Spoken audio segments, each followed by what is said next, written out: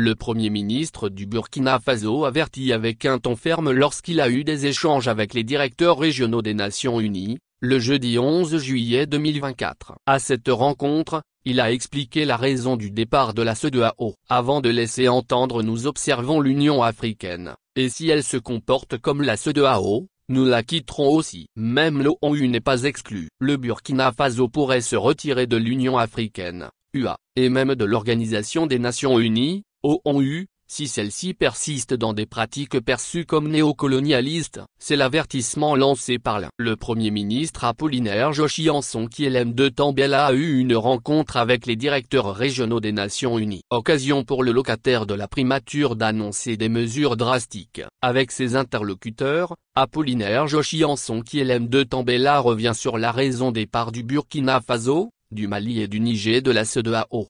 Nous refusons le néocolonialisme à l'œuvre en Afrique, a déclaré de Tambela, soulignant la détermination de Ouagadougou à résister aux nouvelles formes de colonialisme. Voilà pourquoi nous avons quitté la CEDEAO. Nous observons l'Union africaine, et si elle se comporte comme la CEDEAO, nous la quitterons aussi. Même l'ONU n'est pas exclue. Influence occidentale. Les trois pays regroupés à Saint-Delé ont dénoncé ce qu'ils considèrent comme une ingérence de l'Union africaine, suite à des critiques attribuées à un responsable de l'organisation panafricaine concernant leur départ de la Communauté économique des États de l'Afrique de l'Ouest, CEDEAO. Ce que nous refusons, c'est la vision néocoloniale, a répété de Tambela, dans des propos rapportés par un communiqué de la primature. Selon lui, plusieurs pays n'ayant jamais été colonisés vivent très bien sans les influences occidentales. Nous avons vécu avant la colonisation, sans rapport avec l'Occident, et on vivait bien. Un pays comme la Thaïlande n'a jamais été colonisé,